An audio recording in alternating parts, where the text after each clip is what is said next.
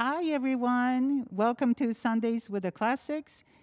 We are happy to introduce two of our great concerts that's coming up. And of course, today we have Kazimierz Brzozowski playing the Polonaises, and it's a lecture recital.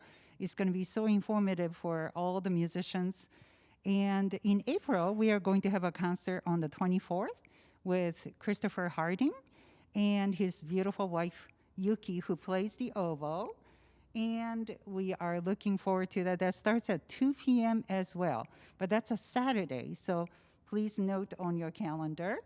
And we are going to be having some ideas for the fall. It could be a hybrid, it could be still online. We don't know yet. CDC will guide us as far as what we can do. And so we're looking forward to hearing Kaj explain about Polonaises, and he has some beautiful pieces that he's going to present for you. So, and I want you to know that we are accepting donations. As you know, to pay for the artists and to keep the series going is really, really important that we get your help. So there's a PayPal link that you can see on the bottom of the video.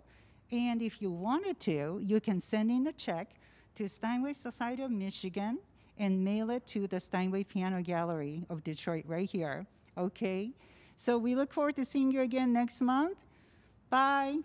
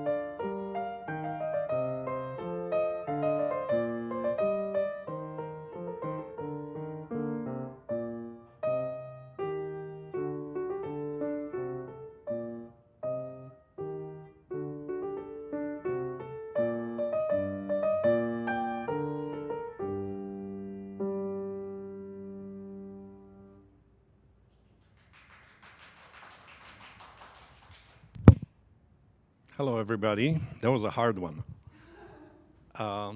Let's see if we could get this up a little bit so I don't have to hold. Does it go up? That's it? Okay. Well, I guess I will have to hold it. So that was a little Polonaise from Anna Magdalena Bach notebook. And it's written by an anonymous composer.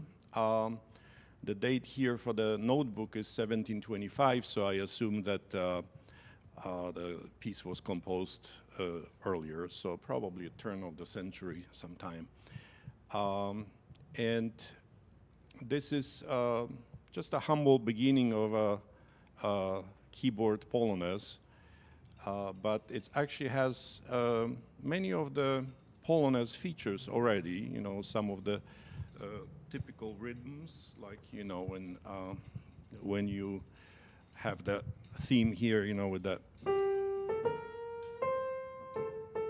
just the two rhythms already typical for Polonaise, the dotted here and then this one, right? So we have that here, and then we have a little bit of that 16-note figuration, which is, you know, like all those nice sort of ornamental parts of the melody. Oh, great. Because I will have to probably just show a couple things so I don't have to hold this all the time. So, like I said, this is, but obviously this is not the beginning of the Polonaise in general, because the fact that a composer, probably a German composer, wrote something like this means that the Polonaise was already popular around Europe at that time.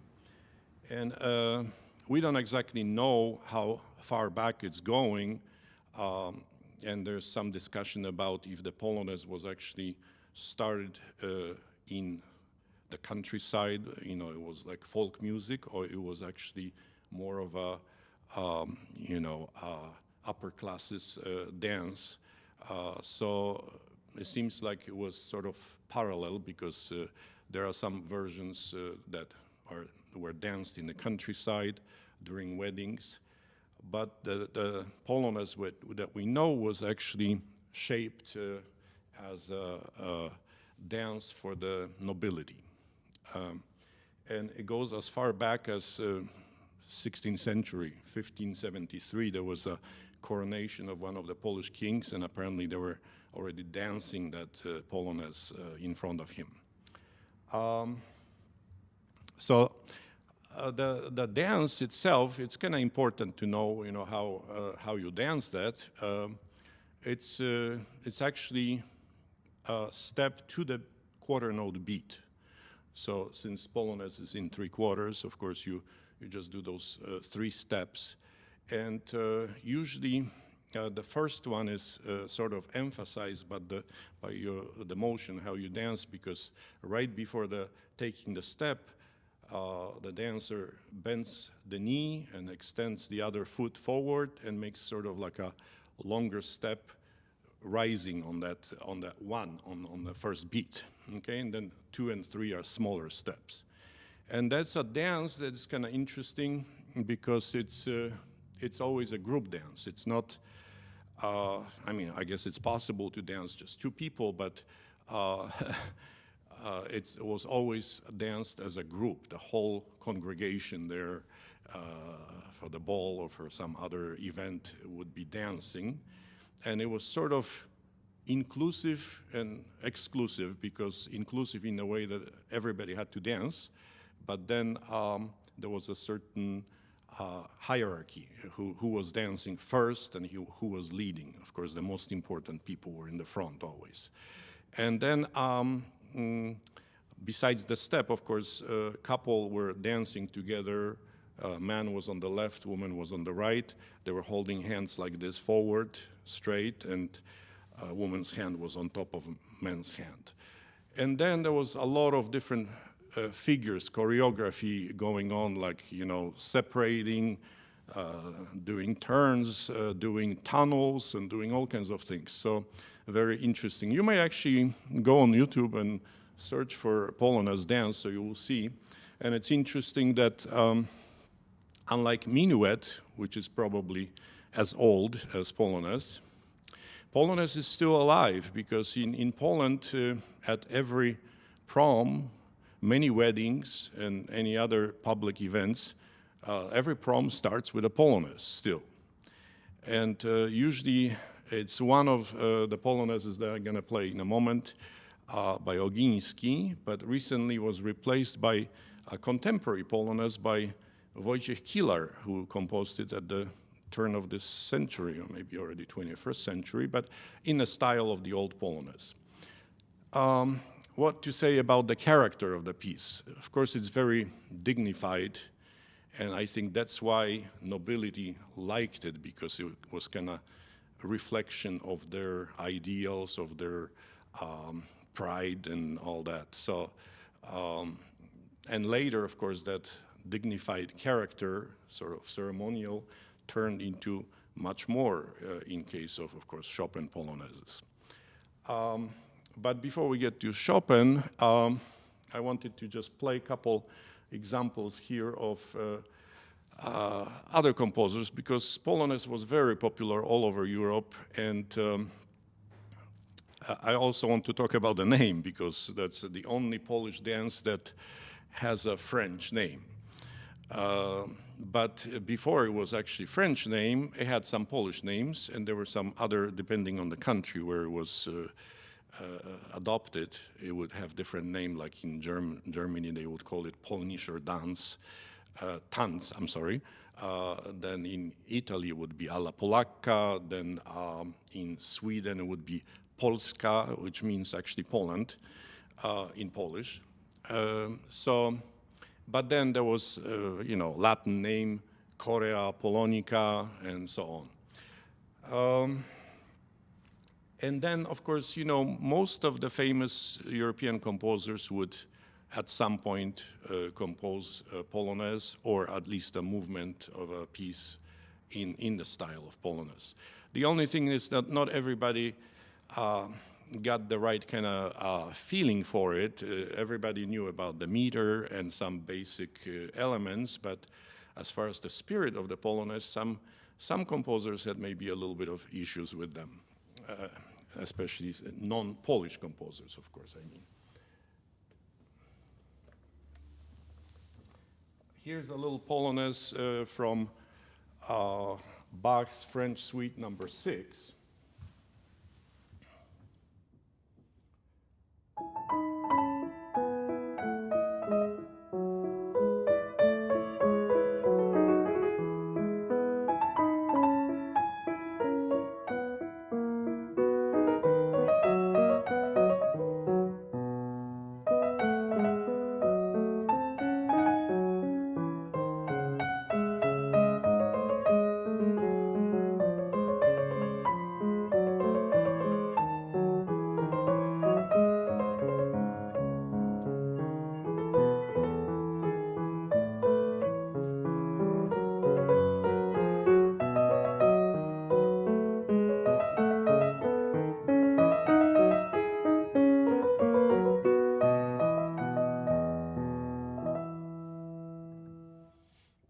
So as you can see, that's of course in 3/4, and it has some features of a Polonaise, especially the 16-note figurations and sort of chromaticism in that melody.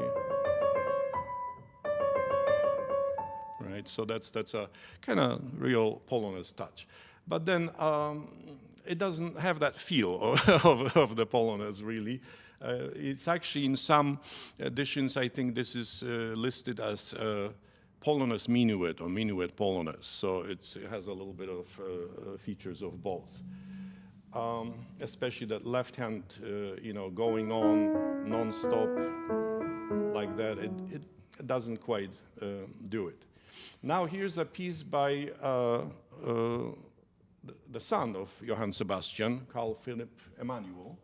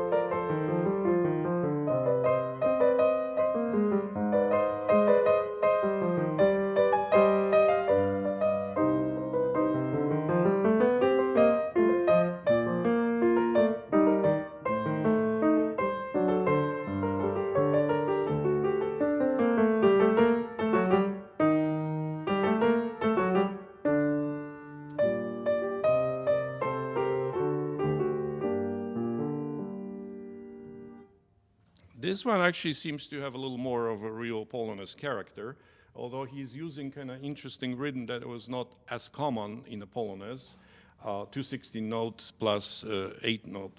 And as you remember, Bach, Johann Sebastian was doing the same thing here,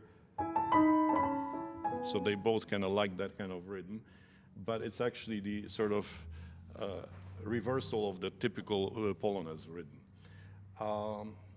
Now let's talk about a little bit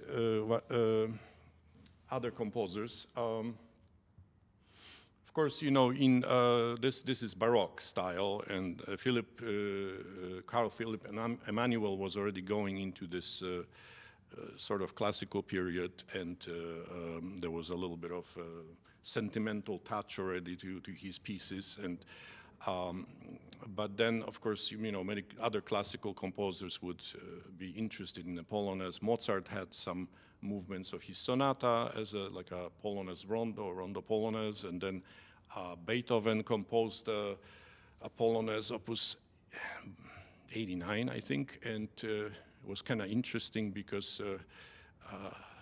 in the sort of opposite to Chopin, he composed that Polonaise and dedicated it to the Russian Empress during the Congress of Vienna, which kind of confirmed Poland's partitions. So it was like a gift of Polonaise to the Russian Empress, and of course Poland was also given to them at the same time. And then after, of course, Beethoven, Mozart, and others, there was a beginning of a new style with Weber and Hummel. And I'll get to it in a moment, but I want to now move back to Poland for a little bit, because there's a perception that in the Baroque or the classical period there was nobody composing Polonaises in Poland, but actually it's not quite true. We had a composer who was not a professional, really, because he was a prince and he was an ambassador of Poland at some point, right before Poland lost independence, Ogiński. And then, let me go back to him here. And he was musically educated as a composer, pianist, violinist, but of course, being a prince, aristocrat, he didn't have to make a living as a musician. So he basically composed when he was inspired. And he did create quite a few Polonaises. I think there's at least 12 of them. They're, of course, smaller size, a lot smaller than Chopin, and they're pretty much still in classical style. But there is already this sense of this melancholy and drama, and it starts to really get the quality of the later Polonaises. And I'll play this for you in a moment. This is kind of interesting story about this piece. It has a title, Farewell to the Fatherland, because that was right at the moment when Poland lost independence, and Ogiński, as the one who was fighting for independence, had to leave the country. Another interesting story about it is that it's so popular. This piece is very popular in Poland and in whole Eastern Europe because it was in some sort of movie at some point. So when you're walking the streets somewhere in Belarus or Moscow or somewhere else, you actually will hear street musicians playing this Polonaise. Belarus, when they were gaining independence, they even considered that melody to be adopted as their national anthem. And it has some sense because Ogiński actually lived in the area of present-day Belarus, which was back then the big country, Commonwealth. So let me play that little Polonaise by Ogiński.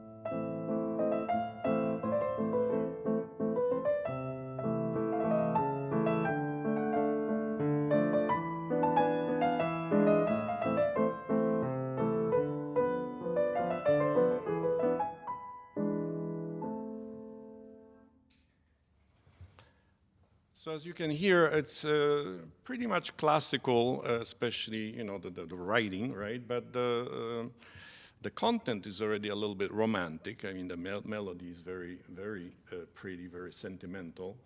And there are certain features here that you didn't see in, let's say, Bach's Polonaises or the other German composers.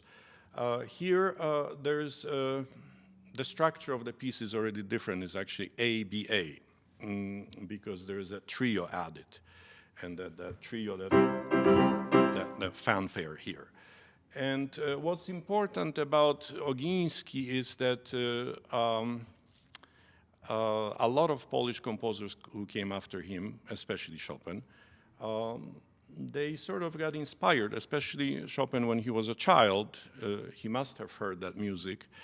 Of course, there were lots of other composers. I mean, there are hundreds of Polonaises like this, or the same style by various Polish composers. But definitely, I'm sure that Chopin heard this because his little early Polonaises that he composed at the age of 7. And there's a G minor, B flat major, and A flat major. A flat major is already kind of a little more grown up, but especially the B flat and G minor. They're very much like this, and I'll try to play that G minor Polonaise, but I just want to show you from the B flat major, the trio part starts just like this.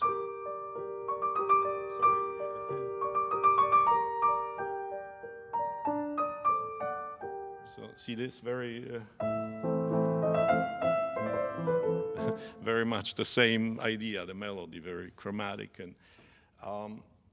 and then the Polonaise in G minor definitely has a lot of similar features to this one.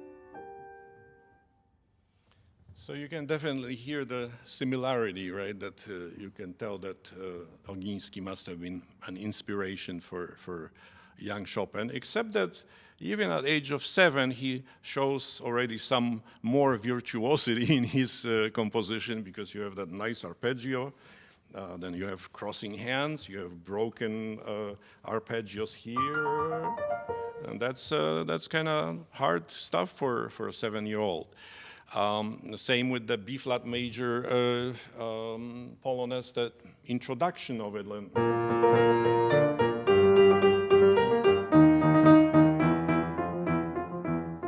It's interesting how he could even reach that left hand broken octaves, right? But then Chopin, of course, very quickly advanced, in his composition, and he composed a whole bunch of Polonaises. They were in the same kind of line, but already following this style that I mentioned before about Hummel and Weber. It's called brilliant style, where there's a lot of virtuosity, a lot of finger work, and a little bit of showing off the pianistic abilities of the performer. So there was a whole bunch of solo polonaises like this. And they were still kind of related to that Ogiński. And then the crowning, really, of that period is his Andante Spianato and the Grand Polonaise. This is still the so-called brilliant style. The only thing about that particular Polonaise is that it was written for piano and orchestra. It was still, I think, composed when he was in Warsaw, although the Andante Spianato was added later. So he composed that around 1830-31 or so. And like I said, that's kind of closes that first period of Chopin's work that includes some of his etudes and concertos and works for piano and orchestra. That's the so-called brilliant style. Then later, of course, he goes into his second period where he composes those major works, and then his polonaises, the grand polonaises, really. He decided to publish only 7 of his polonaises, and that starts with the Polonaise in C-sharp minor.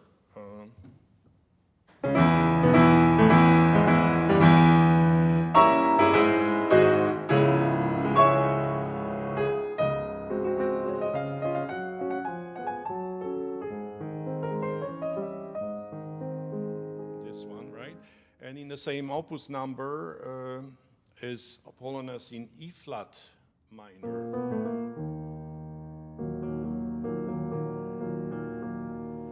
And both of these, they were called Polonaise mélancolique. So obviously the title says it all, right? So they had some of those heroic character, but there was more focus on the melancholy and sort of tristesse. Then the next opus is the famous one, Opus 40, number 1. In Poland, everybody knows that Polonaise for sure, and I guess everybody everywhere else, but in Poland especially because it was, the tune was used as a sort of a chime for the public radio. And it was always, you could hear the okay, so that's the famous Polonaise that's sometimes called military, right? And here we have the typical rhythm of the Polonaise again, right?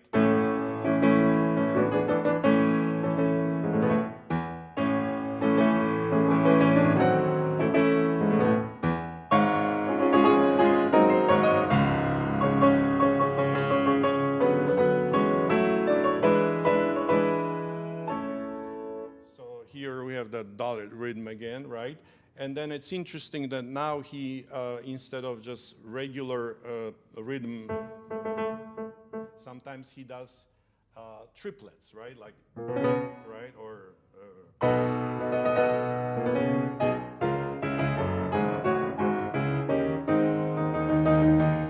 and so on, right? So it's kind of interesting. There's even a spot where he mixes the regular 16 notes with the triplets, right? This is called military Polonaise for a good reason, I guess, although Chopin didn't like titles. He never gave titles to anybody, but to any of the pieces, I'm sorry. And but like the second theme here has this sort of a military quality. Very much.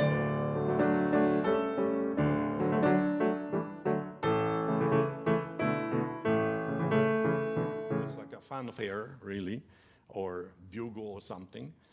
Or there's even drum rolls here.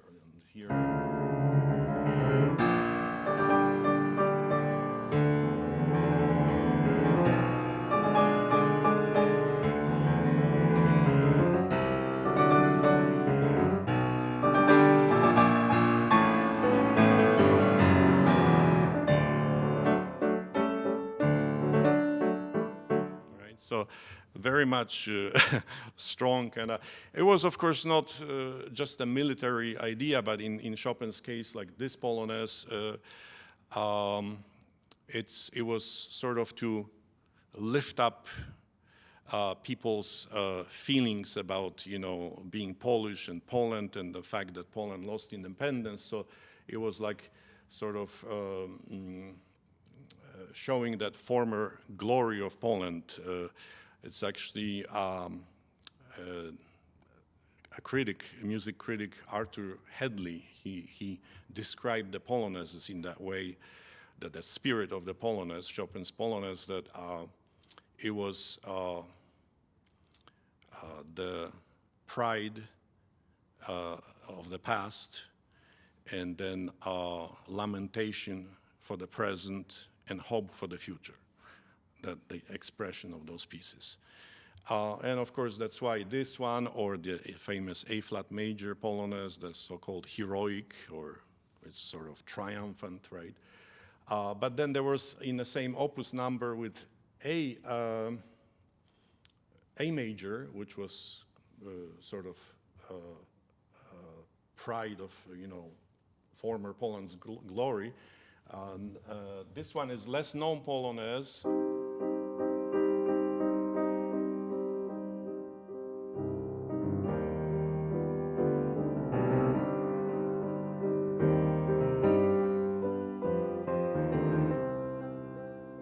It's much darker, and that's supposed to be describing that tragedy of that, what happened to Poland.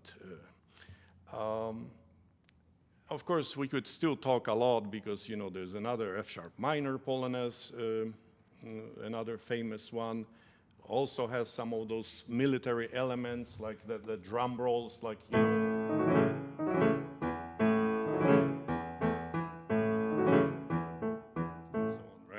this kind of thing. So, it's a big topic, but of course we cannot cover all of this. So I'm planning to play now 3 big pieces. I hope I can manage that. We'll move that away, and then. No, I still want to just say a few words about. Yeah. So the pieces, of course, is going to be that Andante Spianato and Grand Polonaise that I mentioned. And then it's going to be Polonaise Fantasy, which is the very last Polonaise of Chopin, and it's a piece that was sort of misunderstood for a long time because of the complexity. And again, one of the Polish musicologists said something about that, like it was the piano speaks the language not known previously in that piece. Then at the end I'll play a different composer, Juliusz Zarembski, who was another Polish composer of the second half of the 19th century. Unfortunately, he lived only 31 years, so it's even shorter than that Chopin, and didn't manage to compose a lot, but he composed that Grand Polonaise. I wouldn't say that's a comparable piece to Polonaise Fantasy, but it's still a nice composition, and there are some interesting touches there that seem to point already to the Impressionist style almost. So I think it's an interesting piece.